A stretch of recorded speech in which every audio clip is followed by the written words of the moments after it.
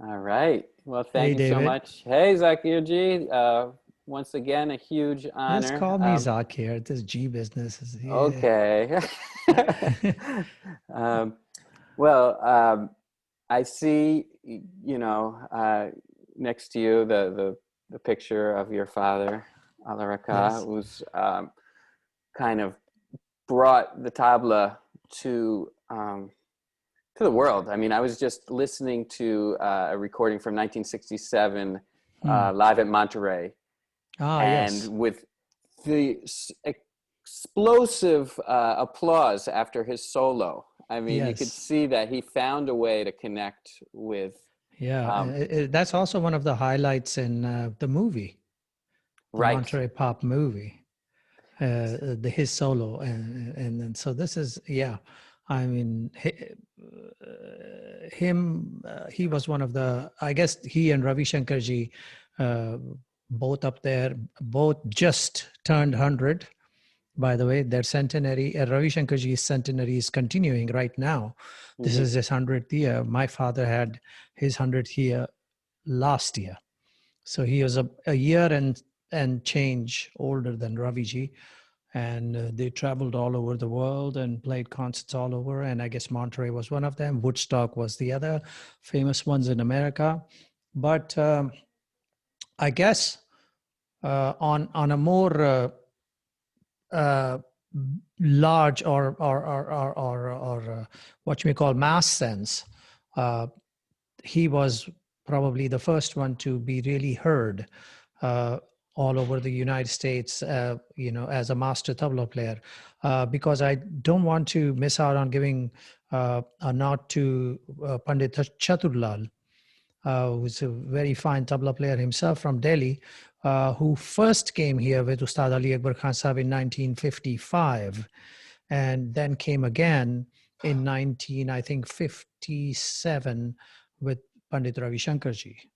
So he came with them, but in those days, the performances were small and small pockets, and like 100, people and so on at the most, and so that happened. But then all everything broke loose when my father and Ravi Shankarji got together, and starting in the early 60s, and then they started traveling, and then George came into the picture, Harrison, and then there it was, the big and one of the highlights always was in the concert with Ravi Shankarji was that my father played like a 15-minute solo, or by himself, with Ravi Shankarji keeping time, and that people would just like lap it up, and lots of applause all the way through, and they just enjoyed it thoroughly, and his magnetism, his electrifying performances really laid the foundation for us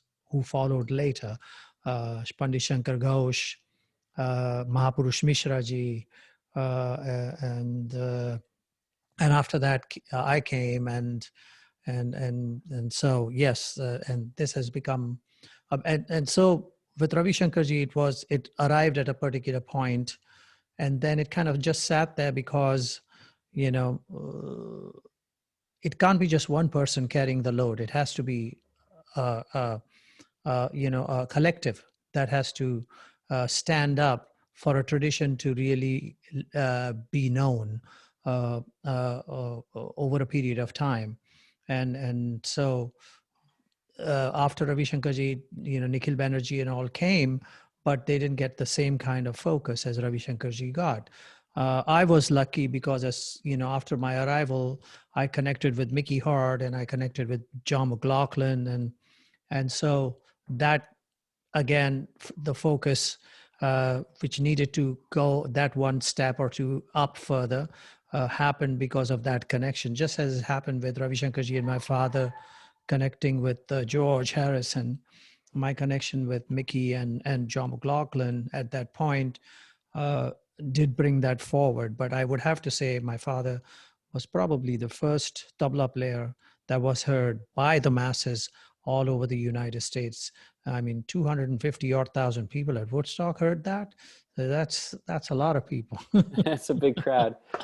Yeah, and so some families are court musicians for many, many generations, but with your father, it wasn't that, right? No, What's the story there? How did it he? wasn't in any way putting down the court tradition, Yeah. because the court traditions helped Hmm.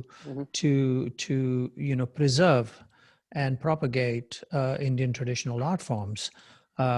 Because there was very little public performances or anything happening, and so the Maharajas and the and the Nawabs in India were the ones who financed the whole process.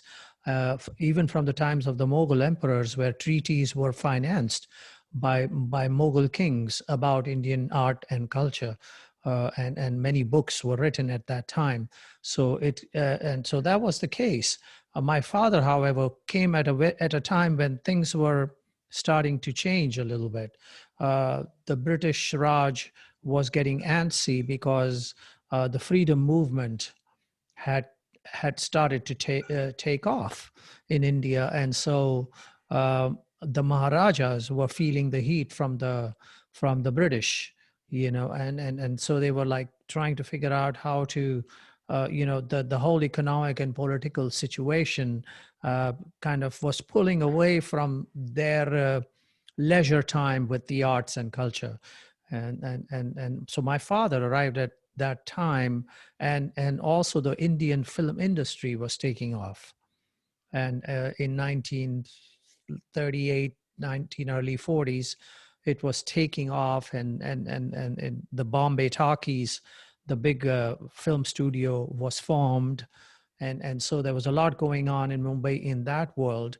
And so a lot of the young musicians from the All India radio staffs looked to that to be able to have that kind of work available to them. So my father was one of them who was brought to Bombay and posted in Mumbai as one of the staff musicians in All India Radio. So he had a job, so he didn't really need to go and do the court thing. And it also allowed him to plug into the Indian film industry, and ended up becoming a music composer for over 40 feature films in what is now known as Bollywood. And so because of that, he really had no need to go and work in the courts. And in the courts, you didn't really kind of work. You were like confined to that palace, and you played for the Maharaja and his guest, and you rarely got a chance to go out and perform. So unless the Maharaja traveled to another Maharaja's home for a party and brought his own musicians along, and that was it. So that would happen. So this helped. There was another level of performances that used to take place apart from the palaces, and that were the courtesans, the Baijis in India. And they were the other ones at that point when the Maharajas were having a tough time trying to support the arts. It were the courtesans, who had their own setups, and every evening the rich people of India, the rich Indians and all that stuff, would go in the evening to listen to music. And the Baijis, as we call them, would sing for them and all that. And that would happen in a small sitting arrangement. A lot of the Indian maestros of the time, from Ustad Fayaz Khan Sahab and Mushtaq Ali Khan Sahab, and even Ustad Bade Ghulam Ali Khan Sahab and Amir Khan Sahab and all those guys, these courtesans were studying with them. Mm. And therefore they were actually financially supporting these artists, and because of those artists, the main tabla players, Habibuddin Khan Sahab, Thirakwa Khan Sahab, Maseed Khan Sahab, and all these guys, they used to play with those courtesans in those evening performances. So there was a lot of work available for them, because it happened every night except Friday. Wow. Friday was off. So the courts were already moving the court musicians to that part, because the courtesans, who were now also not working in the courts, had established their own setup, because they seemed to be a little bit more business savvy than the musicians were. So that happened. So so there were a lot of musicians in Mumbai because of that, because in Mumbai there were two such areas known as the compounds. where these nightly music events would take place. One was called Pavan Pul and one was called Forest Road. So the Pavan Pul was the earlier in the evening events, which would start like 8:30 at night and will go to midnight, while Forest Roads would start at about 10:30, 11 and go to the wee hours of the morning. So the musicians were constantly occupied at that time. They'll finish playing here and move on to the other side. And so that would happen. So this was interesting. But my father, again, did not get involved in that simply because he had a job at the All India Radio and he had the job with Mohan Studios, which was one of the studios that came into play based on the same ideas like MGM or Warner Brothers or 20th Century Fox. In Mumbai, they established Bombay Talkie and Mohan Studios and Shri Sound Studios and so on, and they all had their stable of artists, actors, actresses, writers, lyrics writers, song composers, singers, and all that. So my father was hired by Mohan Studios to write music for some of their films. So he was one of the 2 or 3 music composers. So he didn't end up even in that courtesan thing, and that's what brought him to Mumbai, and that's what kept him away from the court, being a court musician. So I read in Mickey Hart's autobiography so long ago, but I think I remember him saying that it was your father basically dropped you off at Mickey Hart's ranch. Is that kind of how you connected with those guys? I think it was a dramatization of the event in some ways. I was just talking to Mickey about an hour ago, and oh wow, and yeah, we're working on a new record, and that's another story. So what happened was Mickey Hart was studying with my father, so he came to LA, and I was with my father at that time in LA, and so Mickey came, and that's where I first met him, and they had a session, and I was sitting there, and I was kind of, helping to explain a little further to Mickey what was going on, because my English was much better than my father's. So that happened, and then Mickey, I think the next day or the day after, when he was having a lesson, he told my father that he's planning to make a record, and that would my father come and play on the record, just like 1 minute something, just to inaugurate and bless the beginning of the record. And my father said, well, I can do that, and that's fine. And then he said, but you should also play on a few other pieces. And so my father said that, I'm just too set in my ways. I'm too classical, and it's kind of difficult for me to get into the pop or rock or country rock or whatever world that you have. But my son here, he's young, he's worked in Indian film industries and stuff, and has played with a lot of, Western type of musicians from there. And so you take him, and he'll be able to do the same thing that I would do. So that's what happened. And then one day while I was there playing, I came here to play with Ustad Ali Akbar Khan Sahab, because Pandit Shankar Ghosh, who was teaching here at the Ali Akbar College, was leaving and had left at that time to go settle back in India.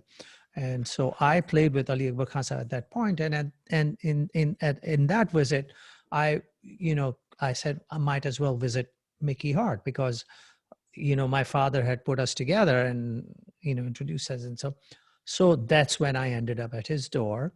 And one of the students at the Ali Akbar College drove me there. And then I met. And so Mickey invited me to stay in one of the little kind of a cabin, which was also on the property in Navarro. So I stayed there, and I put down the first tracks for his first album, known as Rolling Thunder, which was like as a tribute to the medicine chief, Rolling Thunder, who was in Nevada. So that's how I ended up with Mickey. Wow. And that was 1970.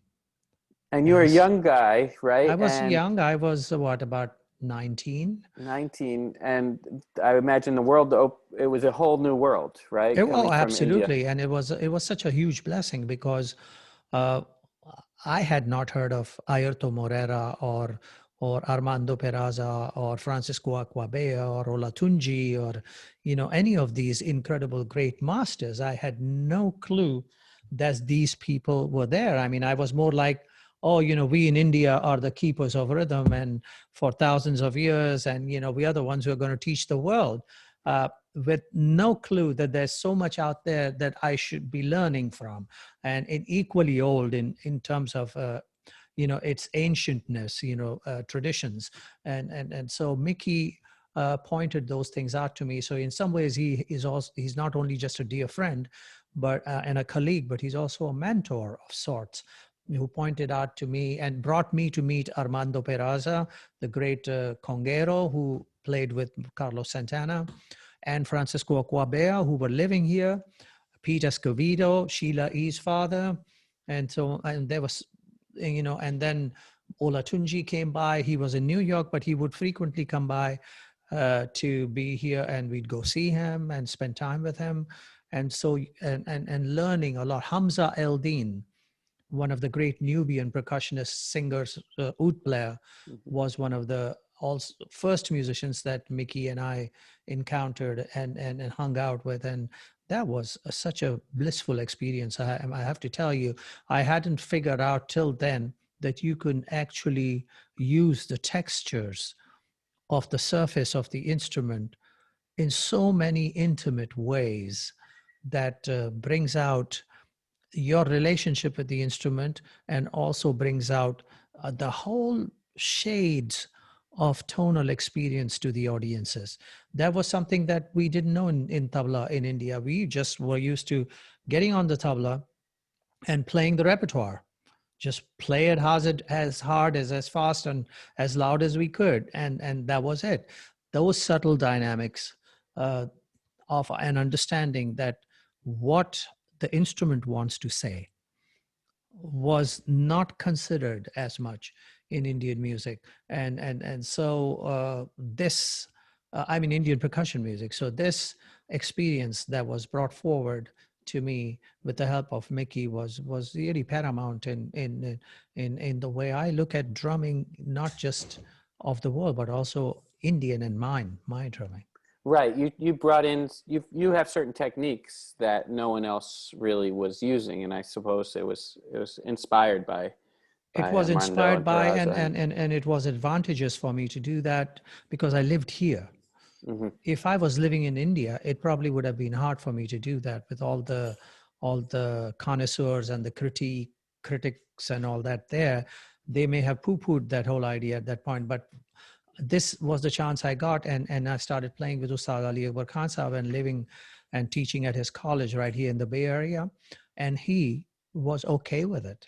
He was okay with me trying all those things out because, I mean, he and I played with John Handy, and he had already Hmm. seen the Western music world and system, and so I guess he understood that that can only enhance the interest of the audiences as opposed to turn them away. So that was a good thing.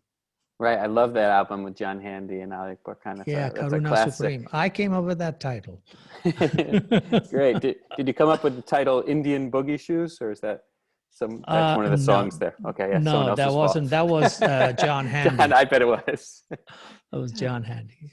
Wow. So Yeah. actually, and you had an early rock band called Shanti, which was Yes. before, which led into Shakti, which just kind of blew the doors open for Yes. so many Yes. people.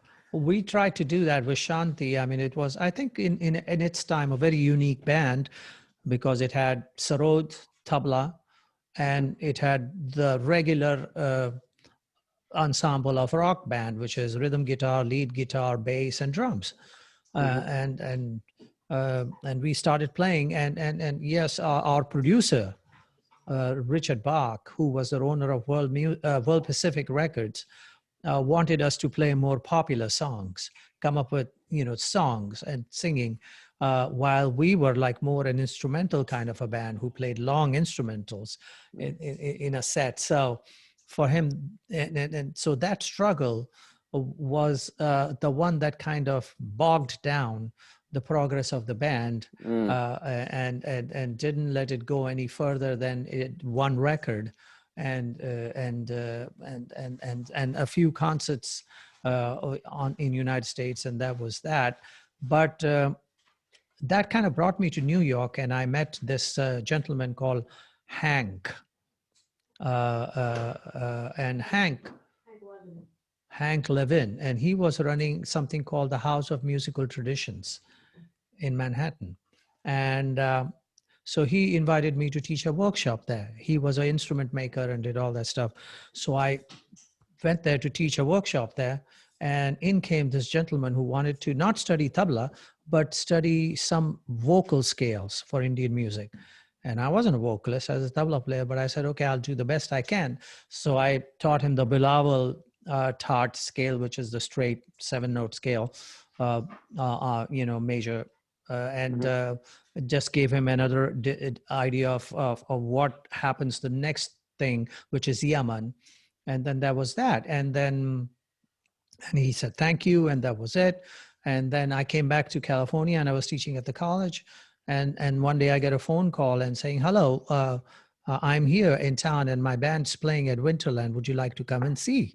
And I said, of course. And that was, of course, Mahavishnu Orchestra, John McLaughlin. So it was John who I met and gave him a vocal lesson of all things. Wow. So that's how I met John. And then I invited John to come and meet Ali Akbar Khan Sahab.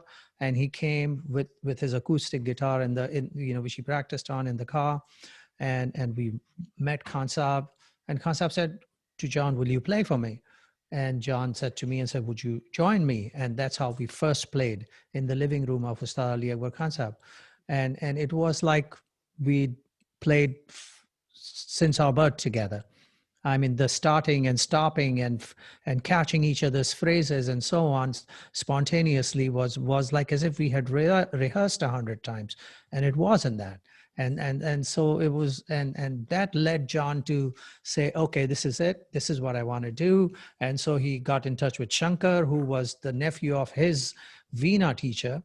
And then we played together in New York and at the Southampton College. And John recorded that on an 8-track machine, and that became the first record. And we decided to call the band, call the record Shakti. We didn't even know we were going to go to do the tour, but then for some reason CBS and others felt that there should be a tour, and so the band Shakti stuck, and that's how it all came together. Yeah, wow. I mean, that stuff is still lightning. It hasn't aged a bit. It's so explosive. I mean, in those days, you know what? This is an interesting story. We delivered the master tape to Clive Davis at CBS, and in New York, and Clive Davis said, "Oh, that's great. Okay, good. Now, what do we call this music?" He said, and we just kind of looked at each other and said, we had no clue what we were going to call the music. It was just something that we played together and we enjoyed playing together, and we did whatever it took to be able to interact, without any hesitancy on the stage. And we had played, and it was live concert, and there was no such thing as world music or new age or even fusion hadn't yet come into play at that time. So we and John said, it's music. I mean, we don't know what to call it. And Clive Davis said, what I need to know, because we need to know which bin to put it in the recording studio, record shop, and also what kind of press to invite to interview you, whether it would be a jazz person or whatever else, classical music, who knows. So that's, I think, was one of the interesting thing that happened, that kind of spawned or put into place the idea that there could be something called fusion music or new age music and world music, all these little titles. This was the start of that thing, Shakti, at that time. And even the promoters all over Europe and wherever we played had no idea what to call this music. So it was like, John McLaughlin, Mahavishnu John McLaughlin featuring Shakti. Right. It started that way. And then, then John said, no, forget this Mahavishnu John McLaughlin and just call it Shakti. So our second record was basically Shakti, and the third one was Shakti. And we gave it title, A Handful of Beauty was the second one. And what was the third one? Anyway, yes, so there were 3 records that we made, and they did okay for those times, but they were not selling like the Mahavishnu used to sell. Mm-hmm. So CBS felt that they forced John to get out of this so they could have him make electric records, so they could sell many, many more records. So that's when Shakti stopped. But the seeds had been sown, ideas had become to come about, and some other bands started to come together. One of those bands, of course, was Oregon. Mm-hmm. And people started to want to try to play that kind of music that Shakti had introduced, and Natural Elements was the third record. All right, yeah. Wow. So yeah. They're still trying to figure out. I mean, you created a new bin in the record store, which is something, and I guess they're still trying to figure out what bin to put you in sometimes. With I mean, it's just nuts. So one thing I've always wondered about. I mean, we talked about how you got influenced by the rock guys, particularly when we were talking about Mickey Hart of the Grateful Dead. Some of those songs that they do are in interesting, 14-beat cycles and 7-beat cycles. Was that a direct influence of studying with your father at the college? Mickey brought that to them, studying with my father. And that's like playing in the band is one of the songs, for instance. It's a 10, Mm-hmm. it actually emerges from a rhythm riff that my father played. Interesting. On one of those days for the first record of Mickey Hart, Rolling Thunder. I was already putting tracks down. My father came up for a little teach at the Alla Rakha College as a visiting a guest teacher, and I took him up to Novato, and we laid down this little thing, and that became the opening riff of the song "Playing in the Band." Right. So that song was first done on Rolling Thunder album. Wow. And So, Rolling Thunder, the Apocalypse Now, the Digger Rhythm Band, all that stuff kind of ended up culminating in a sense with Planet Drum, which I think is hands down one of the greatest all percussion albums of all time. And of course it kind of won the first World Music Grammy. First ever World Music Grammy, I mean, it was a super band. You had we had Olatunji, we had Ayrton Morera, we had Giovanni Hidalgo, we had Mickey, myself, the great Vinayak Ram Vikku, and of course with voice the fabulous Flora Purin. And so that was, it was an all-star, what you may call the dream team of the time. I mean, I was so happy to be among these people. That was the first time that we discovered Giovanni Hidalgo. Right. I mean, he wasn't there on the record itself, but on we brought him in after we had already recorded. Oh, okay. And then he put some stuff down, and that was great. And then he was included in the band and on tour, and is an integral part of the quartet that we established, which is Mickey, me, Giovanni, and Sikiru Adepojo. And I mean, there's tracks where you guys are all using bones. There's tracks where you're just doing body percussion. Yeah. And what is it that Olatunji brings to an ensemble like that? Well, first of all, he brings a certain amount of elegance into rhythm that he had, and he was an elegant person. the way he spoke, the way he sang, the way he played the rhythms. And one of the great things was he wasn't going to technically overpower you, but Hmm. he would place his hits in such a way that, he would be like a Picasso of rhythm, in a sense. He would create this sparse painting, but it would show you the whole picture. And that was something very special about Olatunji, and he brought order to the whole melee.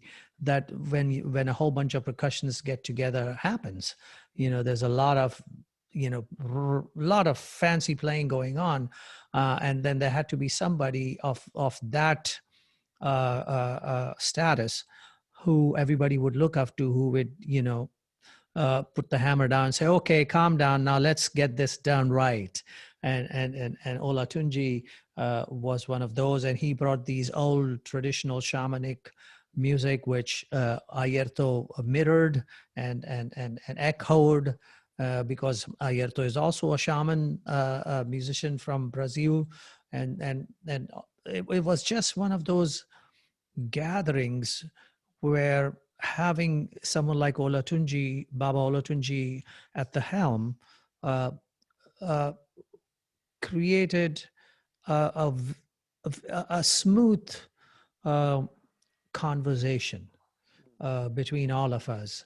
And there was always something that he could inject into our little moment of rhythm that would make it all fall into place. And that's what Olatunji, that's why we called him Baba. He's Baba. Right, he's Baba. Yeah, and that first album that he did, what is it, Drums of Passion? I mean, Yeah, that was that was in the that. 60s. Yeah, Yeah, yeah, yeah. might It have was even been great, the great, 50s. Yeah. groundbreaking album, a landmark album.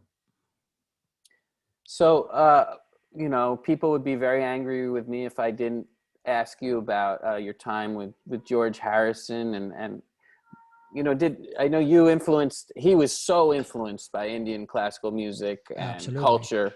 Hmm. But I imagine it kind of went both ways. So I'm kind of interested in what kind of impression he left on you, and what you saw happening with him at that time. And I guess it was the I, 70s that he really yeah, was I mean, digging into things. he came to our house first. He came in the 60s, late 60s, I think.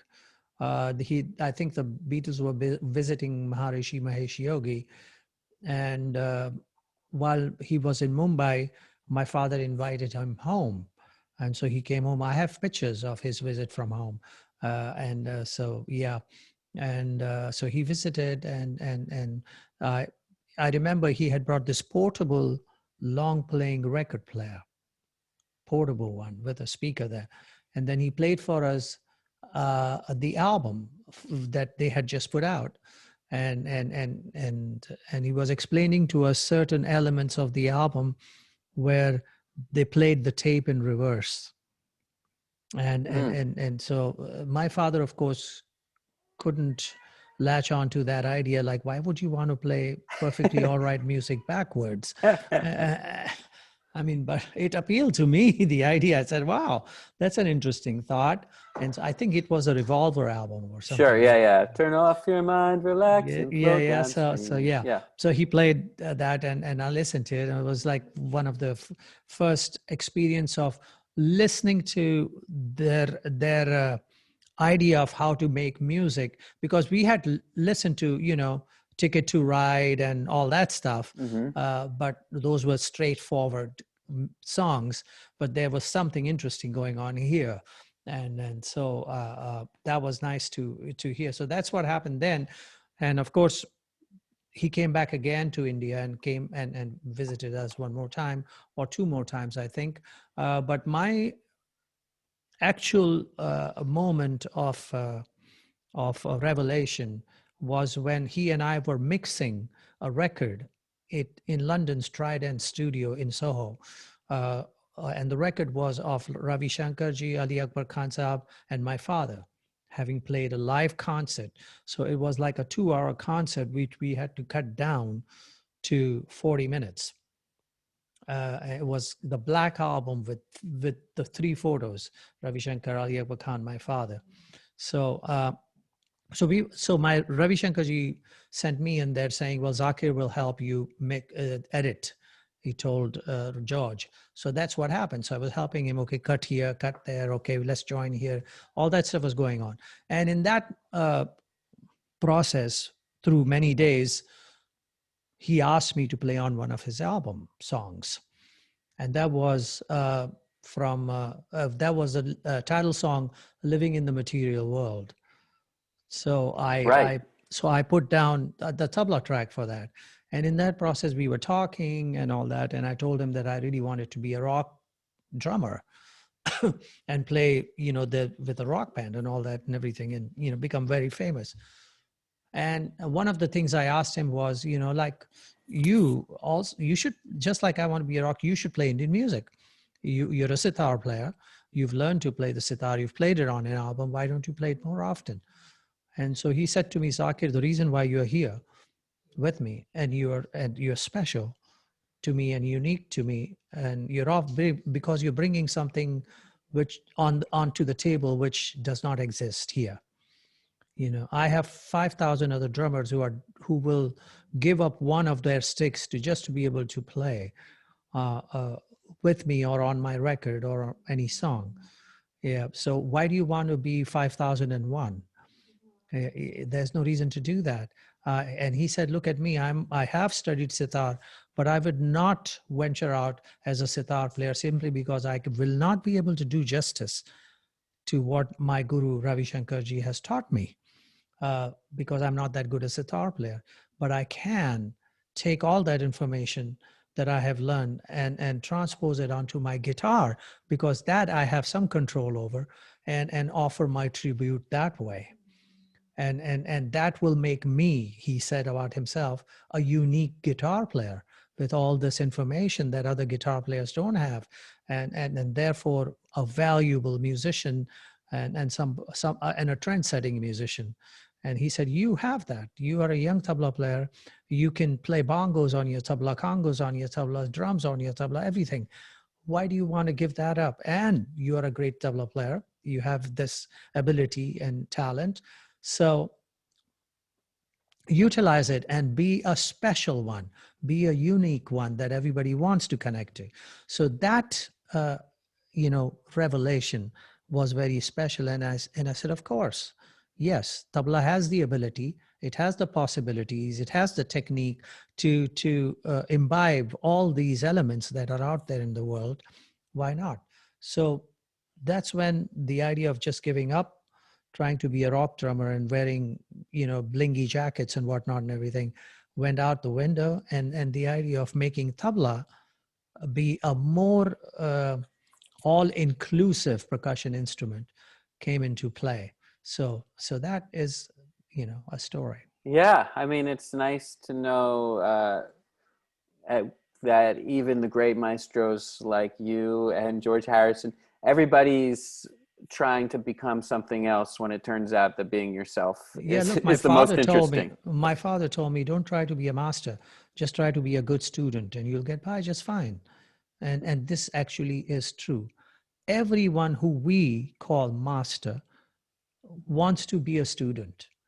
I mean, Coltrane wanted to learn about Indian music. He had no need to, but he wanted to because he wanted to expand further. George Harrison, the same thing. John McLaughlin, the same thing. Charles Lloyd, the same. Pharoah Sanders. I mean, so many musicians of that time wanted to expand their vocabulary, wanted to, put into play a possibility of being able to explain their music, their presentation, their art form in many languages. And that brought them to learn more. I mean, whether it was Bela Fleck, Edgar Meyer, all these great musicians, they all want to learn more and want to expand their horizons more. And I'm no different. And my father was no different. And Ravi Shankar ji was no different. And Ali Akbar Khan Sahib was nobody. We are all learning. So there's no point in, calling yourself the master, because then that's the day you will stop learning. And therefore you will stop growing. Mm. and stop, reinventing yourself, which is what creative arts are all about anyway. You know, I got one of the most exciting text messages the other day, and it was from Randall Klein, Oh yeah. and he was saying that you had a very, what's the word?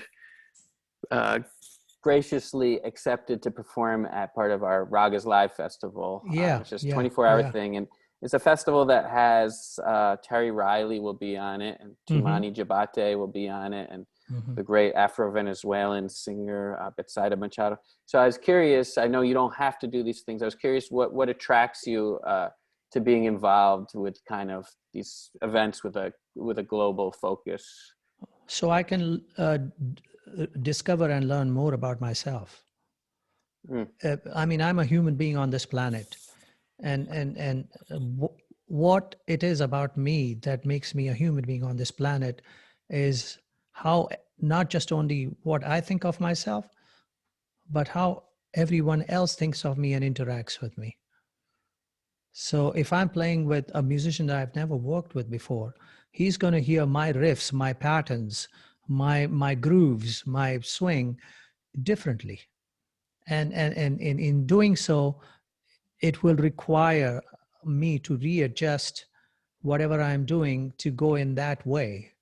And in doing so, I will discover another way of doing the same thing, telling the same story, but in a different way. I mean, every time you sit around the fire and you tell a story, every day you tell the same story and there's a different twist to it. mm, It just happens, naturally. And if you understand that, uh, uh, that when you are playing with other people, you're not there to just impose your will on them. You're there to be able to converse and therefore allow for an interaction that allows you to point something in their playing that they may have missed because it's right under their noses.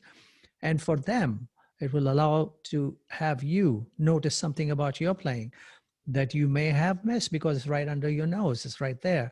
And you don't pay attention. It's like you're sitting in your living room. You don't see the whole living room. Only when you're outside the window and you look in, you see the whole living room, you see the whole detail. So there's someone who's looking into you and pointing out that, hey, Zach, how about trying to do it this way so mm. that I could be comfortable with it.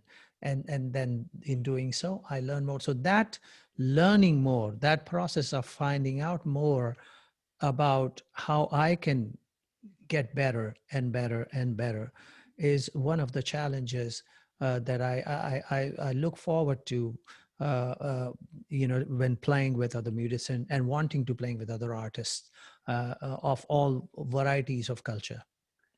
I have a million more questions, but I'm gonna just go to the Q&A here.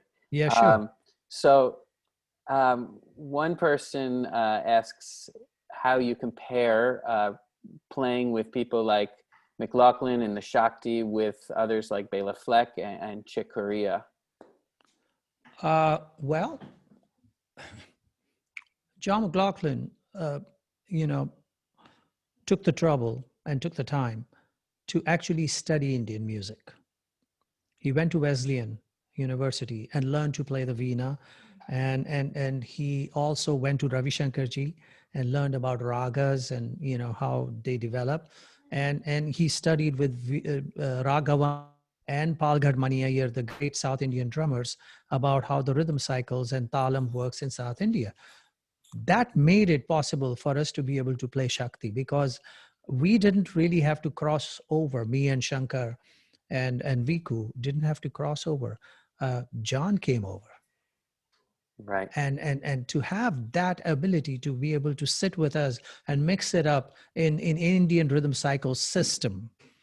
It could be a 8-beat cycle, but the system of improvising in the Indian system.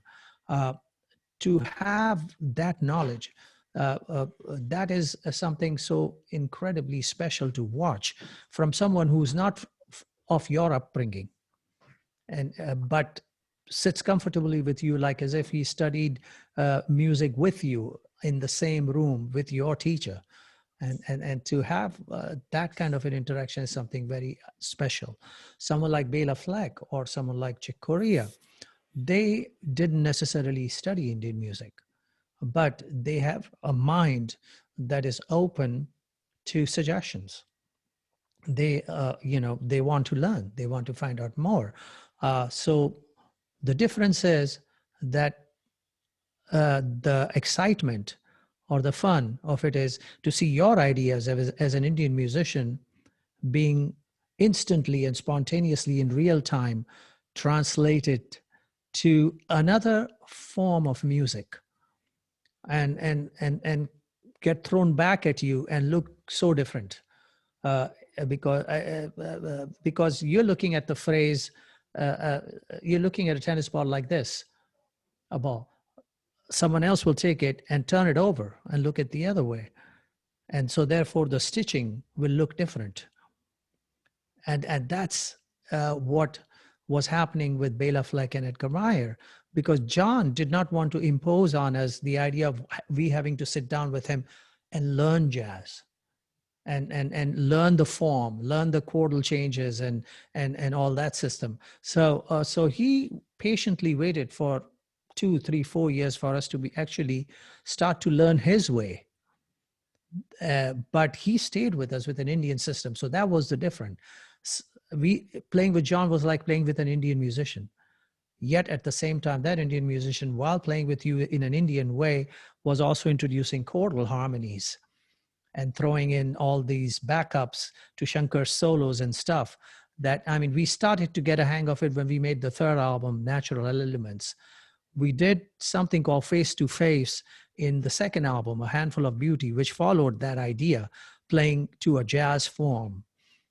But it really started to happen when we got to doing the last album, Natural Elements.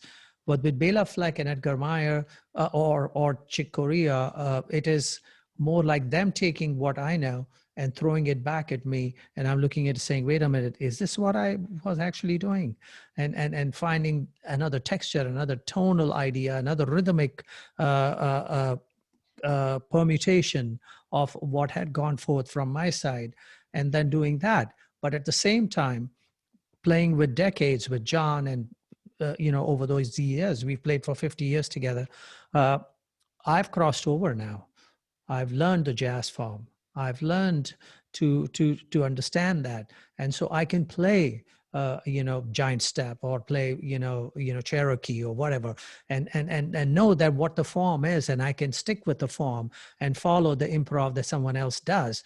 And so when I play with people like Bela Fleck or Chick Corea, I look forward to them saying, okay, here's the song, so this is the form, and I can play with them in that manner. So that's different. And now it's happening with John as well.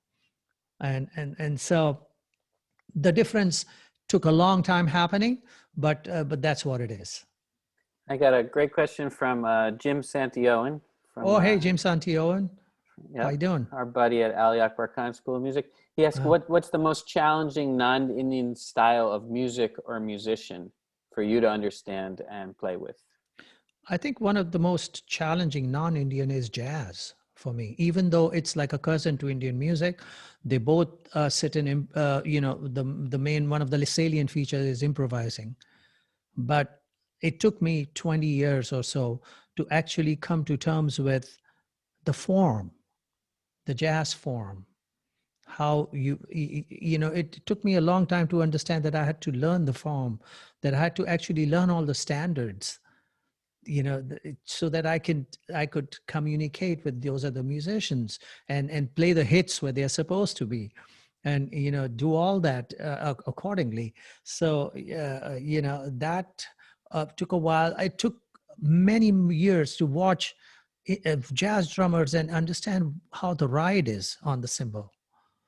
I mean, there are so many subtle things that are going on a drum set, where the hi-hat is doing something or the ride is doing something, and to be able to understand. I mean, I used to wonder, how do these musicians know where the downbeat is?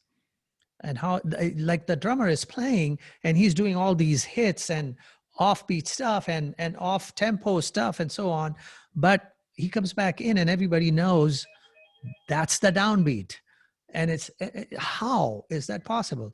Now, to be able to understand that, and to know that jazz like is not just merely play the head and play the bridge and improvise. There's a lot going on in there to be able to do that, and the voicings that people have to do. Herbie once told me that he threw in a voicing when he was on doing a record with playing a concert with Miles, and the voicing was off by a note, and Miles just looked up with his eyes big, like as if he was angry. But he changed that moment by playing a particular riff in there that acknowledged that note and made it all right. It was like a Charlie Parkerish thing to do. Mm. But that, so knowing those moments that you're supposed to be able to do this but not that, even in the improv, or do that but not more of that other stuff, just limited. These things are so subtle and so involved and so demanding of a musician to learn. I mean, improvising in Indian music, you merely play a teka, and somebody's improvising, and when it's your turn, you play as many cycles as you want and make the tihai, and that's it. There are no hits to worry about. There are no chordal changes to worry about. There are no forms to worry about. The form is just the teen tal teka.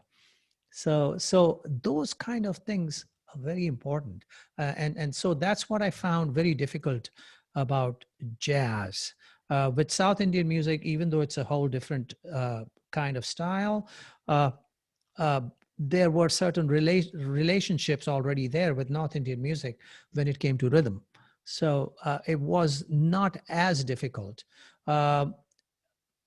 Another music that I had a little hurdle with in the beginning was Latin percussion, just to understand how the clave worked. Once you understand how the clave works, you're in. And so that was something that was interesting, and Armando Peraza was really largely responsible for me understanding that. And so, yes, that was this. But jazz took a hell of a long time to actually get used to and understand. So when I'm playing with Dave Holland and Chris Potter and we are doing a trio concert, I have to know where Dave is in his solo, in the form, so I can understand that and play along with it, or do alternate stuff with it, or complement it, and make sure that all my tablas are tuned harmonically correct, so that when I hit something, it doesn't jar and stand out a la Miles with Herbie. And so those are difficult things to understand. I have a question from Brian Keir, who gave me actually 30 or 40 questions, of course. What do you think, a 5-hour interview? Well, this will be our closer here. He asked, who did, if you could play, who haven't you played with that you hope to be able to play with? Well, one of the musicians I had hoped to play with just happened, Julien Lage. Oh, wow. Yeah, which I hadn't played with. So I just did. And Charles Lloyd, Julien Lage, and I played together for Healdsburg Jazz Festival's only live musicians in room concert, which was just the three of us there. There was no audience, and we were socially distant. And this was the first time I got to play live with musicians in 6 months. And it was such a relief and, such a aha moment that it happened. So Julien Lage, I just played with. There are other musicians I would love to work with there. I mean, there's another element now into play that I'm involved in, which is writing concertos. So I did a Tabla Concerto, and it was, excuse me, conducted by Zain Dalal, the conductor for Symphony Orchestra of India, and it happened. But I was like looking forward to having another major conductor conduct it. And so that just recently happened when Zubin Mehta conducted it. And so that was great. And then I wrote another concerto for 4 soloists, and it was great to get a major conductor to conduct it, like Mr. Aschenbach, the principal conductor of Kennedy Symphony, National Symphony Orchestra. So that was great to have that. So Julian Lage, and now there are so many other young musicians that I'm watching who play incredible. Like just the other day, was it yesterday, that I was watching on YouTube this Conjira player who's just so fantastic. I mean, and I just heard him and it was like, wow. And I was thinking about, well, I'd like to, interact with him, work with him a little bit, because, someone like him, or Ananta Krishnan, the young Mirdangam player. This is Surinder, a Kanjira player. So Ananda Krishnan, and there's so many other young musicians like Niladri Kumar, Rakesh Chaurasia, Sabir, Dilshad, I mean, Kala, and Ganesh Kumresh, I mean, Jayanti.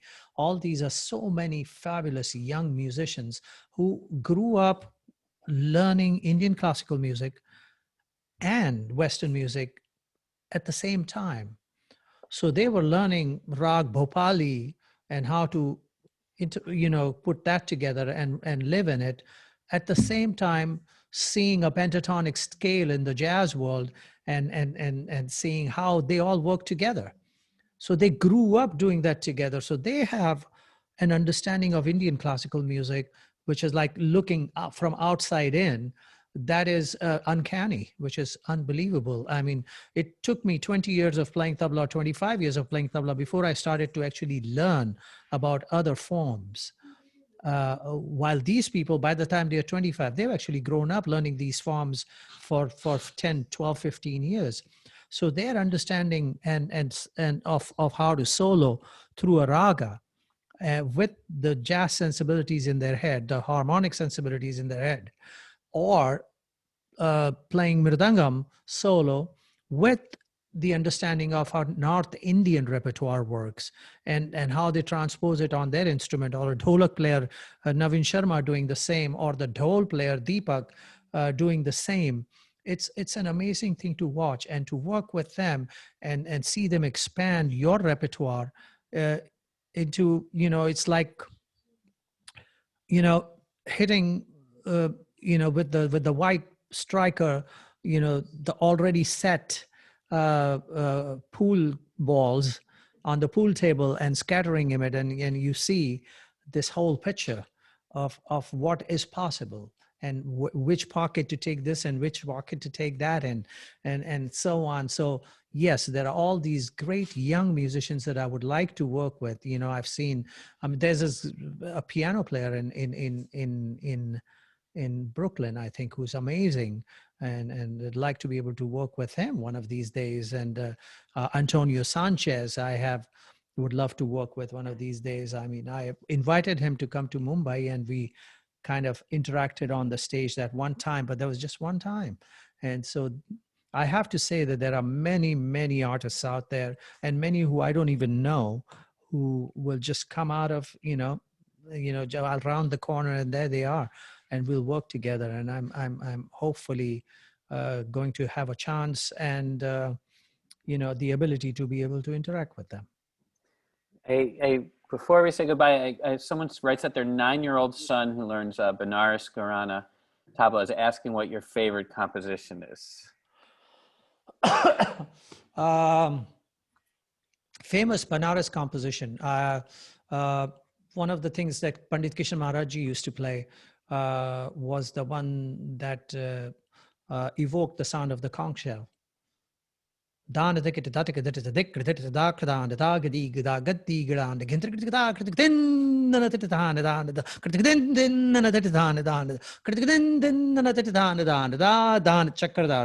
that's one of my favorite composition. There are a few others, but I think this is one, because this also has another Banaras Gharana element, which is the Kathak, the dance. They dance it differently, and so they recite it differently.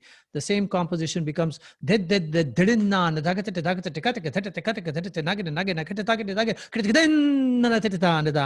the front of it is different.